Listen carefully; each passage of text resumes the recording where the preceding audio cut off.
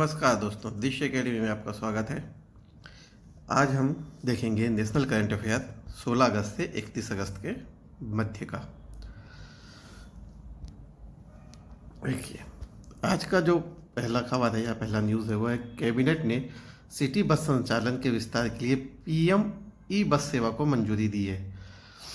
यह उन शहरों को प्राथमिकता दी जाएगी जहां कोई सुव्यवस्थित बस सेवा उपलब्ध नहीं है। चलिए इसकी थोड़ी डिटेलिंग देखते हैं।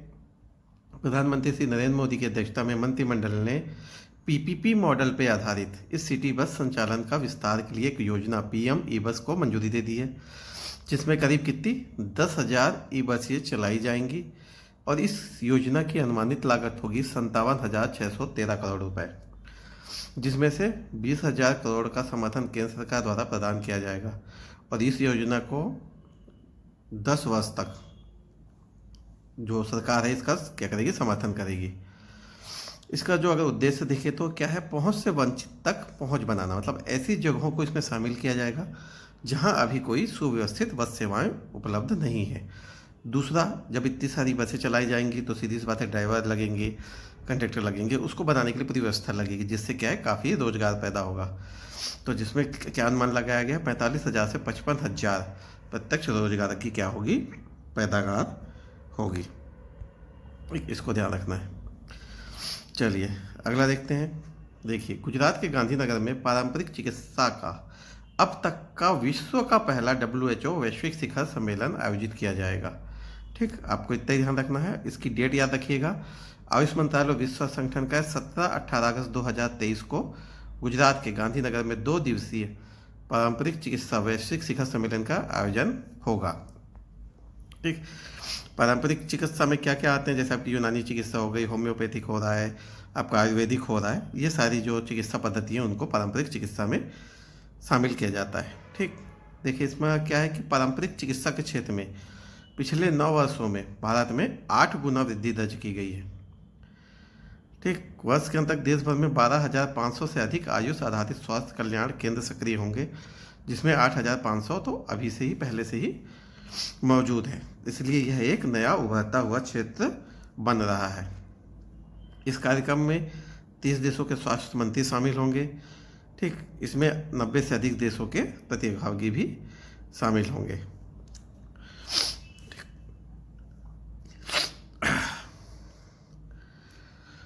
चलिए देखते हैं। इस पारंपरिक चिकित्सा के लिए WHO ग्लोबल सेंटर के महत्व भी रहा है।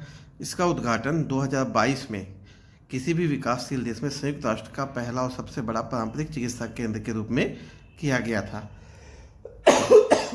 सॉरी, आपने देखा है 2022 में इस केंद्र का क्या किया गया था, उद्घाटन किया था। कहाँ किया गया था? गुजरात में। ठीक, विश्व स्वास्थ्य संगठन का, ठीक, ग्लोबल सेंटर। तो इस चीज़ को भी आपको ध्यान रखना है। चलिए, कारगिल विजय दिवस कब मनाया जाता है? 16 अगस्त 2023 को। तो इसी दिवस के अवसर पर एक क्विज प्रतियोगिता बैटल ऑफ माइंड्स का शुभारंभ किया गया। ठीक, इस प्रतियोगिता में सभी जिलों का प्रतिनिधित्व होगा। देश के लगभग 1.5 लाख स्कूलों तक यह जानकारी पहुंचा दी गई है। ठीक, ताकि ज़्यादा से ज़्यादा बच्चे क्या कर सके, भाग ले सके। इसका उद्देश्य प्रतियोगिता में लगभग 15,000 स्कूलों का पंजीकरण कराना है। मतलब एक लक्ष्य रखा गया है कि कम से कम 15,000 स्कूल के जो बच्चे हैं कम से कम इस प्रतियोगिता में भाग लें। और अनुमान लगाया गया कि लगभग 1.5 करोड़ छात्रों के भाग लेने की आशा है इस प्रोग्राम में। प्रत्येक विद्यालय 3 छात्रों, एक रिजर्व छात्र की टीम के साथ प्रतियोगिता में भाग ले सकता है। सह शिक्षा वाले विद्यालयों की टीमों में कम से कम एक छात्रा की उपस्थिति अनिवार्य होगी। मतलब जहाँ पे कोएड चल रहा है उसमें जो ग्रुप बनेगा उसमें एक कैसी होनी चाहिए, छात्रा होनी चाहिए। प्रतिभागी 10 से 16 वर्ष के आयु वर्ग के होंगे, जो अनुमानतः 6 से 10 के विद्यार्थी होंगे। प्रतियोगिता ऑनलाइन ऑफलाइन दोनों रूपों में आयोजित की जाएगी। प्रतियोगिता 3 चरणों में की जाएगी। क्षेत्रीय कमान स्तर से शुरू होकर इंटर कमांड और अंत में राष्ट्रीय स्तर पर संपन्न होगी। प्रतियोगिता में 2 चरण होंगे, जिनसे प्रतियोगिता का व्यापक मूल्यांकन सुनिश्चित होगा। पहला चरण एक ऑनलाइन एलिमिनेशन राउंड के साथ शुरू होगा, जहां छात्र बौद्धिक रूप से विचारोत्तक प्रश्नों को एक श्रृंखला में अपनी योग्यता का प्रदर्शन करेंगे। ऑनलाइन राउंड में सफल अभ्यर्थी दूसरे चरण पहुंचेंगे, यानी एक क्षेत्रीय कमांड स्तरीय ऑफलाइन प्रतियोगिता का समापन ग्रैंड फिनाले में होगा। जो प्रश्नोत्तरी है इसमें 5 तत्वों पर केंद्रित किया गया है। एक समावेशिता, दूसरा समानता, तीसरा उचित खेल, ठीक, निःशुल्क पंजीकरण और आकर्षक पुरस्कार। विद्यार्थियों के साथ आने वाले शिक्षकों के लिए 4 करोड़ रुपए से अधिक के पुरस्कारों की व्यवस्था भी की गई है। ठीक, तो इस थोड़ा सा इसको ध्यान रखिएगा। चलिए अगला है विंध्यागिरी के उद्घाटन में राष्ट्रपति क्या रहेंगे, उपस्थित रहे। कब हुआ विंध्यागिरी का उद्घाटन? 17 अगस्त को हुआ। ठीक, 17 अगस्त को पश्चिम बंगाल कहाँ पे? कोलकाता स्थित garden rich ship builders engineers limited में भारतीय नौसेना का प्रोजेक्ट 17A के छठे जहाज विंध्यगिरी का उद्घाटन समारोह था। ठीक, देखिए भारत में जितने भी जहाज बना है ना, किसी किसी प्रोजेक्ट के तहत बनता है। जो विंध्यगिरी बना है वह प्रोजेक्ट 17A का हिस्सा है। ठीक, इसमें ना ज़्यादातर ये है कि कम से कम 75% जो सामान लग रहा है वह क्या होगा, स्वदेशी होना चाहिए। ठीक, चलिए आगे चलते हैं। राष्ट्रपति ने ब्रह्म कुमारी द्वारा आयोजित मेरा बंगाल व्यसन मुक्त बंगाल अभियान का शुभारंभ किया। कब किया? 17 अगस्त 2023 को किया। इतना ही आपको ध्यान रखना है। करने कौन वाले हैं? ब्रह्म कुमार समाज वाले हैं। नशा मुक्त भारत अभियान के तहत मेरा बंगाल व्यसन मुक्त बंगाल अभियान का शुभारंभ किया गया है। इतनी चीज़ें आपको यहाँ से थोड़ी सी ध्यान रखनी है। देखिए केंद्रीय जल आयोग के अध्यक्ष ने इंटरेक्टिव मानचित्रों का उपयोग करके जनता को वास्तविक समय में बाढ़ का पुनर्वानुमान प्रदान करने के लिए मोबाइल ऐप फ्लड वॉच को लॉन्च किया है। ठीक, इसमें क्या है, देखिए इसमें क्या है, 7 दिनों तक बाढ़ की स्थिति की जानकारी और पूर्वानुमान प्रदान करना है इसका उद्देश्य।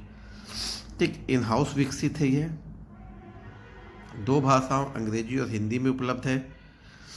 इसकी विशेषता है वास्तविक समय में बाढ़ की निगरानी करना। देखिए क्या है कि यहाँ पे ना 2 प्रकार से, एक तो आपको 24 घंटे पूर्व का और एक 7 दिनों तक की जानकारी आप इस ऐप से क्या कर सकते हैं, प्राप्त कर सकते हैं। इससे क्या, अगर आपको पहले से जानकारी मिल सकती है किसी चीज़ों की, जो नुकसान है उसको क्या किया जा सकता है, कम किया जा सकता है। तो इसको आपको थोड़ा सा ध्यान रखना है। युवा कार्यक्रम विभाग द्वारा G20 के अंतर्गत Y20 शिखर सम्मेलन का वाराणसी में 17 से 20 अगस्त 2023 तक आयोजन हुआ। देखिए शिखर सम्मेलन है, इंपॉर्टेंट है। G20 तो अपने आप में इंपॉर्टेंट है, तो उसके शिखर सम्मेलन को थोड़ा सा ध्यान रखना है। जो आपको मुख्य रूप से ध्यान रखना है वो तो डेट याद रखना है कि 17 से 20 अगस्त के बीच में हुआ। कहाँ हुआ? वाराणसी में हुआ है। ठीक, इसको आपको थोड़ा सा सॉरी, इसको ध्यान पे रखते हुए चलना है। देखिए अभी आने वाले एग्ज़ाम है ना, पीएससी का एग्ज़ाम प्रॉबली आपका फरवरी में हो जाता है। फरवरी में आपका उम्मीद है कि फरवरी में ही होगा। तो इसके लिए आपको अपने करंट को मजबूत करके रखना है। करंट आपको पता है कि नेशनल हो छत्तीसगढ़ 10 से 11 क्वेश्चन आते हैं। करंट पढ़ने का तरीका यही है कि आप क्या करें, कंटिन्यूटी में उसको पढ़ते रहें। तो आप कंटिन्यूटी में करंट को क्या करिए, बार बार रिवाइज कीजिए और छोटी छोटी बातों को बार बार पढ़ते रहिए, तो आपको रखना नहीं पड़ेगा, याद हो जाएगा। चलिए, अरुणाचल प्रदेश के ऊपरी सियांग जिले के हाउस ऑफ मैकनॉक की संस्थापक सुश्री निन्ना लेगो ने एंटरप्रेन्योरशिप चैलेंज 22-23 जीता। ठीक, ये हैं सुश्री निन्ना लेगो। इनकी उपलब्धियां यहाँ पे कुछ हैं कि इन्होंने क्या क्या प्राइज जीते हैं, इसको आप एक बार देख सकते हैं। चलिए, प्रधानमंत्री ने 2023 में अंडर-20 विश्व चैंपियनशिप में महिला कुश्ती टीम का खिताब जीतने पर भारतीय टीम को शुभकामनाएं दी। ठीक, देखिए भारतीय महिला पहलवानों की एक शानदार और बड़ी जीत हुई है। हमारी टीम ने 2023 अंडर-20 विश्व चैंपियनशिप में महिला कुश्ती टीम का खिताब जीता। इन्होंने कुल 7 पदक जीता, जिसमें 3 स्वर्ण पदक थे। ठीक, इस खिताब को 2 बार जीतने वाली पहली खिलाड़ी कौन बन गई है? आपकी पंघाल। यह शानदार जो जीत है यह हमारे पहलवानों को क्या दिखाती है? असाधारण प्रतिभा दिखाती है। भारतीय पहलवानों ने विश्व अंडर-20 कुश्ती चैंपियनशिप 2023 में अपना अभियान 4 स्वर्ण, 3 रजत और 7 कांस्य पदक सहित कुल 14 पदकों के साथ समाप्त किया था। यह प्रतियोगिता कहाँ की गई थी? जॉर्डन के अम्मान में 14 से 20 अगस्त के मध्य में आयोजित की गई थी। ठीक, तो दोनों मेडल देखना। देखिए ये आपके टोटल मेडल्स हैं, ये महिला टीम को प्राप्त हुए मेडल्स हैं, तो आपको दोनों को कैटेगराइज करके याद रखना है। ये टोटल पदक विजेताओं की लिस्ट है जिसको आप देख सकते हो। ठीक, इसको नोट कर सकते हो, पर मेरे को नहीं लगता कि इतने डिटेल में पूछेगा जाके अंदर। टोटल पूछ सकता है कि टोटल स्वर्ण कितने हुए, टोटल रजत कितने हुए, टोटल कांस्य कितने हुए, तो यहाँ से आप इसको देख सकते हैं। चलिए, भारत ने ग्रीन हाइड्रोजन की परिभाषा की घोषणा की। राष्ट्रीय हरित हाइड्रोजन मिशन की प्रगति के लिए एक महत्वपूर्ण कदम के रूप में सरकार ने क्या किया, हरित हाइड्रोजन मानक को अधिसूचित कर। देखिए परिभाषा कैसे दी, देखिए हाइड्रोजन को किस तरह से बना रहे हैं उसी को एक्चुअली परिभाषित किया गया है कि ऐसे हाइड्रोजन को ग्रीन हाइड्रोजन कहा जाएगा जिसमें नीचे लिखे जो प्रोसीजर है उसको फॉलो किया गया है। ठीक, अगर उसके अलावा कोई हाइड्रोजन उत्सर्जित करता है तो उसे ग्रीन हाइड्रोजन में नहीं काउंट किया जाएगा। देखिए क्या किया गया है, देखिए इसमें बताया गया है कई तरह से ये किया, नवीन ऊर्जा ने ग्रीन हाइड्रोजन को 2 kilogram CO2 equivalent kilogram H2 से अधिक वेल टू गेट उत्सर्जन यानी जल उपचार, इलेक्ट्रोलाइसिस, गैस शोधन, सुखाने और हाइड्रोजन के संपीड़न सहित नहीं होने के रूप में परिभाषित करने के निर्णय लिया है। मतलब इससे ज़्यादा का CO2 उसमें बनाने में जनरेट नहीं होना चाहिए। ठीक, अगर उससे ज़्यादा CO2 जनरेट हो रहा है तो वो ग्रीन हाइड्रोजन में नहीं काउंट होगा। ठीक, तो ये परिभाषा है, इसको ध्यान रखिएगा। ये जो बताया गया है 2 किलोग्राम CO2 इक्विवेलेंट और किलोग्राम H2 से अधिक वेल टू गेट उत्सर्जन नहीं होना चाहिए। ठीक, चलिए, पर्यटन मंत्रालय ने भारत के विशाल विवाह उद्योग की संभावनाओं के द्वार खोलने के लिए विवाह पर्यटन अभियान शुरू किया है। तो अब सरकार शादियां भी कराएगी, तो जिसको जिसको देख लीजिए भाई, अच्छा योजना है, जिसको अगर फ्यूचर में भी शादी करना है तो ये इस योजना का लाभ उठा सकता है। देखिए इसमें क्या एक्चुअली जो देश के पर्यटन स्थल है ना, आपने डेस्टिनेशन वेडिंग सुनी होगी, लोग जाके बाहर शादी करते हैं, है ना। तो पर्यटन के क्षेत्र को विकसित करने, पर्यटन को बढ़ाने के लिए, ठीक, ज़्यादा से ज़्यादा आय प्राप्त हो, इसको करने के लिए जो पर्यटन मंत्रालय ने ये अभियान शुरू किया। इसमें करीब 25 प्रमुख स्कूल स्थलों की प्रोफाइलिंग शुरू की गई है, जहाँ पे लोगों को बताया जाएगा कि आप यहाँ जाके वेडिंग करो, ज़्यादा अच्छा है, अच्छा लुक है वहाँ पे, आपको मज़ा आएगा। तो इस टाइप से इस योजना को शुरू किया गया है ताकि पर्यटन क्षेत्र को बढ़ावा दिया जा सके। तो इस चीज़ को ध्यान रखना है। कब किया गया है, 19 अगस्त को किया गया है। ठीक, कुल मिला के डेस्टिनेशन वेडिंग के लिए जो भारत के पर्यटन क्षेत्र है उसको क्या करना है, प्रमोट करना है। न्यू कार असेसमेंट प्रोग्राम की शुरुआत की गई भारत में। ठीक, देखिए नितिन गडकरी जी जो हमारे परिवहन मंत्री हैं, 22 अगस्त 2023 को बहुप्रतीक्षित Bharat new car assessment program को लॉन्च करेंगे। यह प्रोग्राम भारत में 3.5 टन तक के मोटर वाहनों के सुरक्षा मानकों को बढ़ाकर सड़क सुरक्षा में सरकार की प्रतिबद्धता में उल्लेखनीय कदम है। क्या है ये आपके लिए जो सेफ्टी फीचर्स हैं उसके लिए ये एक निश्चित सेफ्टी स्टैंडर्ड को तय करेगा, ताकि जितने भी लोग जो कार खरीदे उनको एक मिनिमम सेफ्टी की गारंटी दी जा सके। ठीक, तो आपको ये ध्यान रखना है। कब लागू हो रहा है, 22 अगस्त को, इतना ध्यान रखिएगा। चलिए, स्टॉकहोम जल सप्ताह 2023, राष्ट्रीय स्वच्छ गंगा मिशन के महानिदेशक ने एकीकृत नदी बेसिन योजना और प्रबंधन के लिए सहयोगी नेटवर्किंग पर आयोजित ऑनलाइन सत्र की अध्यक्षता की। ठीक, ये ऑनलाइन सत्र हुआ 21 अगस्त, बहुत ही इंपॉर्टेंट, इसमें इतना न्यूज़ नहीं है, पर एक अब ध्यान रखिएगा कि 21 अगस्त को इस टाइप की मीटिंग हुई है।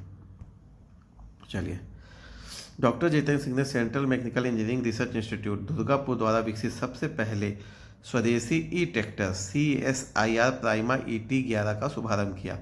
इस नाम को ध्यान रखिएगा। ठीक, ये पहला स्वदेशी ई ट्रैक्टर है। ये कब हुआ शुभारंभ, 21 अगस्त को हुआ है। ये फोटो आप देख सकते हो इस ट्रैक्टर की। ठीक, यहाँ पे जो आपके जितेंद्र सिंह मंत्री हैं उन्होंने 5S का मंत्र दिया। इस 5S के अंतर्गत क्या क्या आता है, शोकेसिंग आती है, स्टेक होल्डर आता है, स्टार्टअप आता है, सिनर्जिंग आती है और स्ट्रेटजाइजिंग आती है। इसी में CSIR CMIRI 11 से 15 सितंबर 2023 तक विषय आधारित अभियान 1 वीक 1 लैब मनाएगा, जिसमें विभिन्न हितधारकों को प्रयोगशाला के अत्याधुनिक अनुसंधान, उत्पाद और प्रौद्योगिकी विशेषज्ञता और सुविधाएं दिखाई जाएंगी। इस चीज़ को भी ध्यान रखिएगा। इसकी घोषणा भी इसी कार्यक्रम के दौरान की गई है। SECL राष्ट्रीय मेडिकल प्रवेश परीक्षा नीट के लिए निःशुल्क आवासीय कोचिंग प्रदान करेगा। SECL का मुख्यालय कहाँ पे है? बिलासपुर में है, ठीक, छत्तीसगढ़ का, ध्यान रखिएगा। और एक इसका कहाँ पे है? विश्रामपुर में।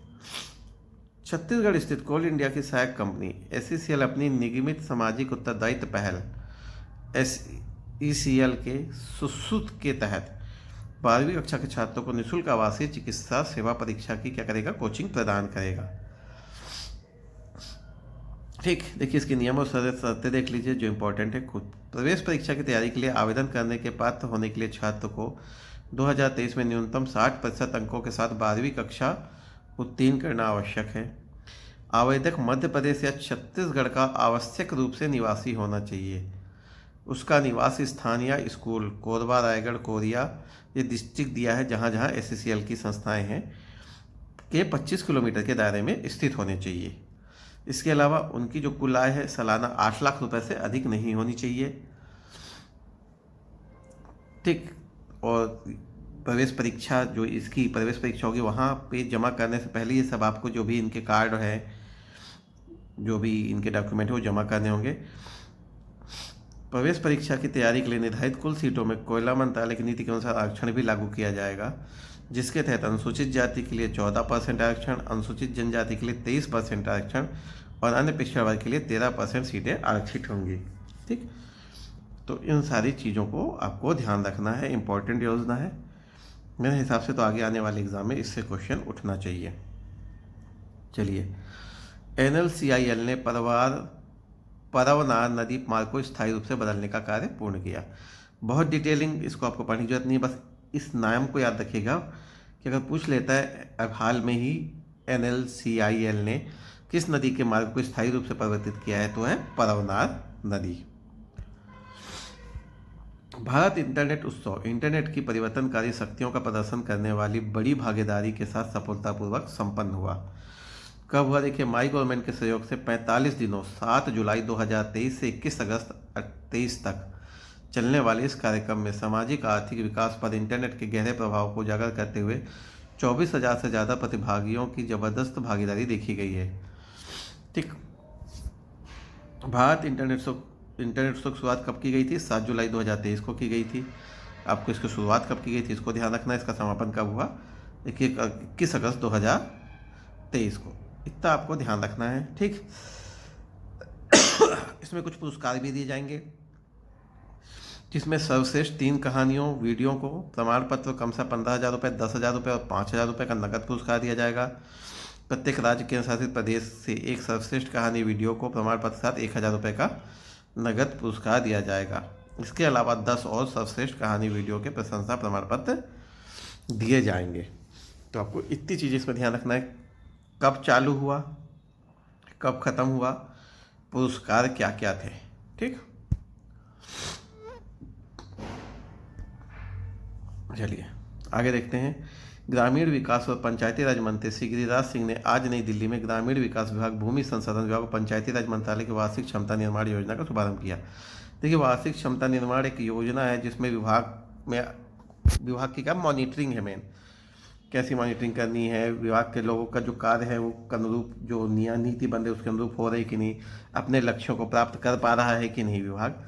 तो इसी चीज़ उन जो वहाँ पे लोग काम कर रहे हैं उनकी क्षमता को कैसे बढ़ाया जाए, इसी की ये योजना है वार्षिक क्षमता निर्माण योजना। तो इसका शुभारंभ किया गया 22 अगस्त 2023 को। चलिए, क्रिकेट लेजेंड भारत रत्न सचिन तेंदुलकर ने चुनाव आयोग के राष्ट्रीय आइकन के रूप में अपनी पारी शुरू की। तो सचिन तेंदुलकर जी को क्या बना दिया गया है? राष्ट्रीय आइकन चुनाव का। चलिए, इनवाइस प्रोत्साहन योजना मेरा बिल मेरा अधिकार का शुभारंभ कब से होगा? 1 सितंबर 2023 से। देखिए, यह योजना 1 सितंबर से चालू होगी।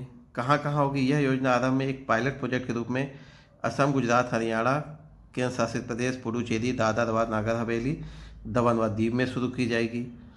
GST पंजीकृत आपूर्तिकर्ता असम, गुजरात, हरियाणा, केंद्र शासित प्रदेश, दादरा नगर हवेली और दमन दीव में जो पंजीकृत हैं, उपभोक्ताओं को जारी किए गए सभी B2C इनवाइसेस इस योजना के लिए क्या होंगे? पात्र होंगे। लकी ड्रा के लिए विचार किए जाने वाले इनवाइस का न्यूनतम मूल्य क्या होना चाहिए? 200 रुपये रखा गया है। इनवॉइस iOS और एंड्रॉयड पर उपलब्ध मोबाइल एप्लीकेशन मेरा बिल मेरा अधिकार के साथ साथ वेब पोर्टल मेरा बिल .gst.gov.in पे भी अपलोड किए जा सकते हैं।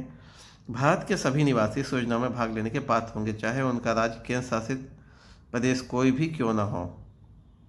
ठीक, मतलब कहीं के भी लोग हों वह भाग ले सकते हैं। लकी ड्रा के लिए विचार किए जाने के लिए किसी भी व्यक्ति द्वारा एक महीने में अधिकतम 25 इनवॉइस ही आप अपलोड कर सकते हो। उससे ज़्यादा इनवॉइस करने पे कोई फ़ायदा नहीं होगा। मतलब अधिकतम जो इनवॉइस की लिमिट दे दी गई है 25 दे दी गई है।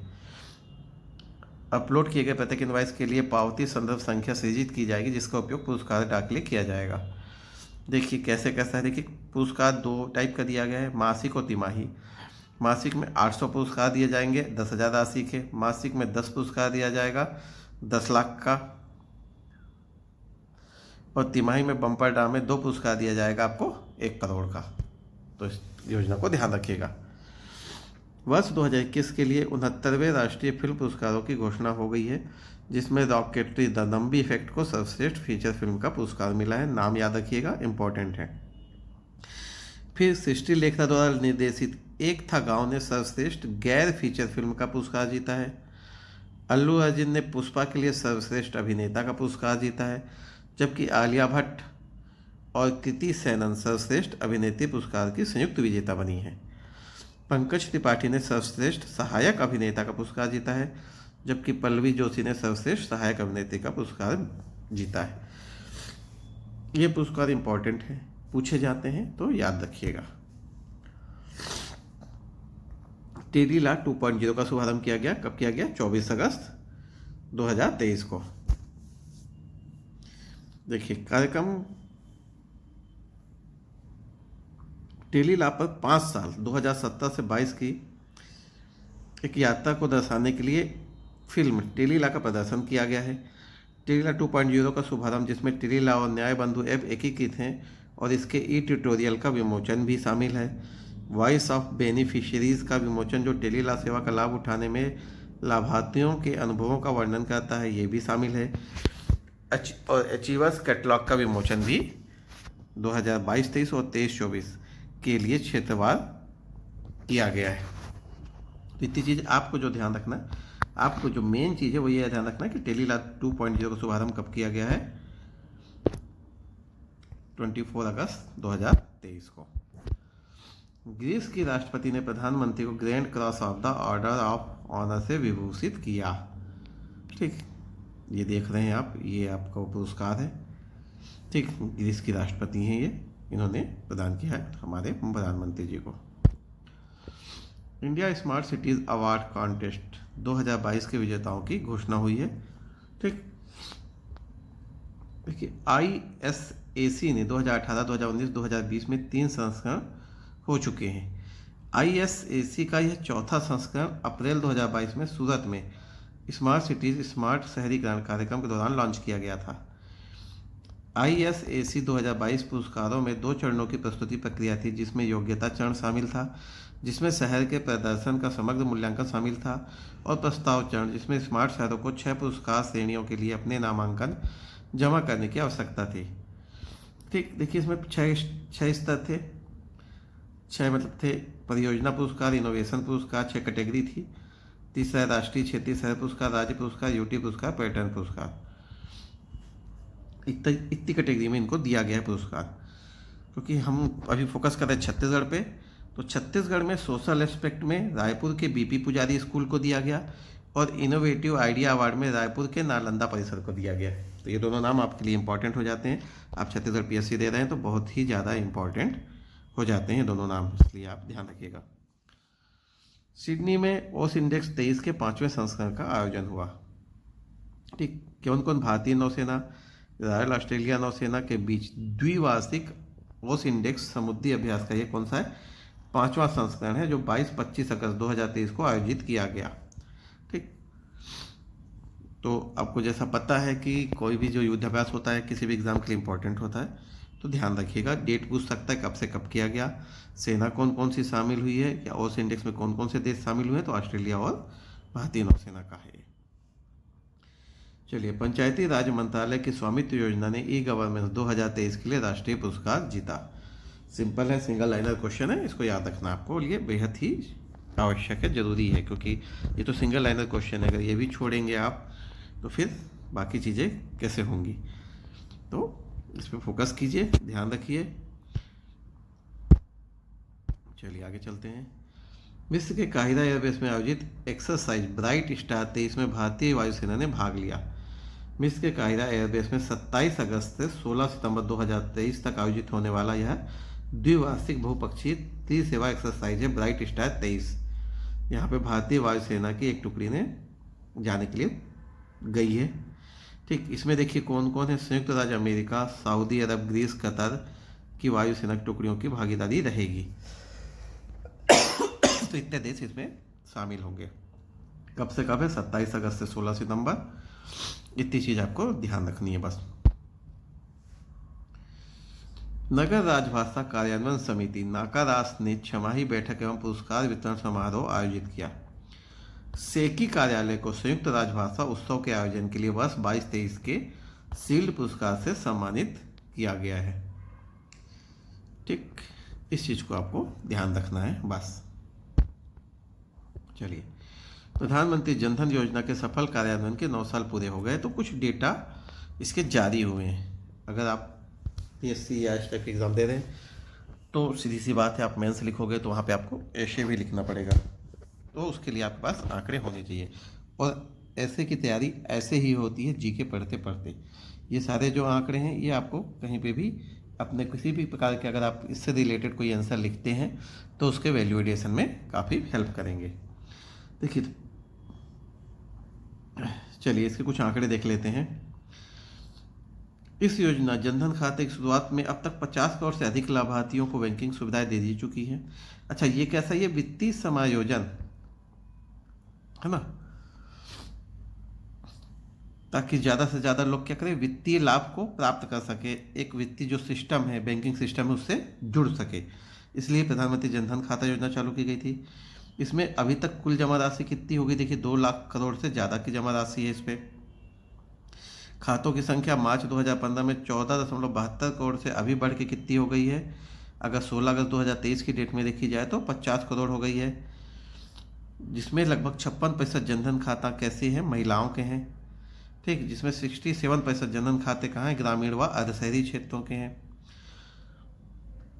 इसके करीब 33.98 करोड़ रुपए कार्ड जारी किए गए। ये कुछ आंकड़े हैं जिनको आप अपने क्वेश्चन आंसर राइटिंग में वैल्यू एडिशन कर सकते हैं। श्री धर्मेंद्र प्रधान ने एनसीईआरटी और यूनेस्को द्वारा विकसित comic book let's move the forward का शुभारंभ किया है। यह 11 भाषाओं में उपलब्ध होगी। इतना ही आपको ध्यान रखना है बस। इसका जो विषय क्या है? स्वास्थ्य शिक्षा प्रदान करने, बीमारियों की रोकथाम करने के लिए। ठीक, तो इतना ध्यान रखना है आपको। चलिए, BS6 स्टेज 2 का दुनिया का पहला prototype electrified flex fuel vehicle का आज शुभारंभ किया गया। कब किया गया? 29 अगस्त 2023 को। केंद्रीय पेट्रोलियम प्राकृतिक गैस मंत्री हरदीप सिंह पुरी ने कहाँ बनाया? टोयोटा किर्लोस्कर मोटर द्वारा यह विकसित किया गया है। विकसित कौन किया है? Kirloskar motor, Toyota Kirloskar motor. ठीक, विश्व का पहला है BS6 स्टेज 2। यह विद्युतीकृत फ्लेक्स ईंधन वाहन का प्रोटोटाइप है। देखिए इससे क्या होता है, एक विद्युतीकृत फ्लेक्स ईंधन वाहन में एक फ्लेक्सी ईंधन इंजन और एक इलेक्ट्रिक पावर ट्रेन दोनों होते हैं।